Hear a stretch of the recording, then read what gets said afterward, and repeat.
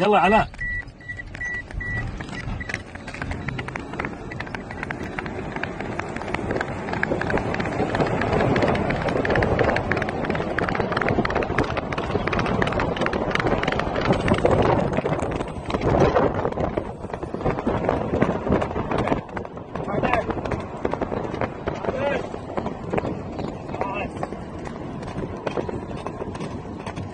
حلوه دي، كده ده لسه بيتعلم غير الحصه دي.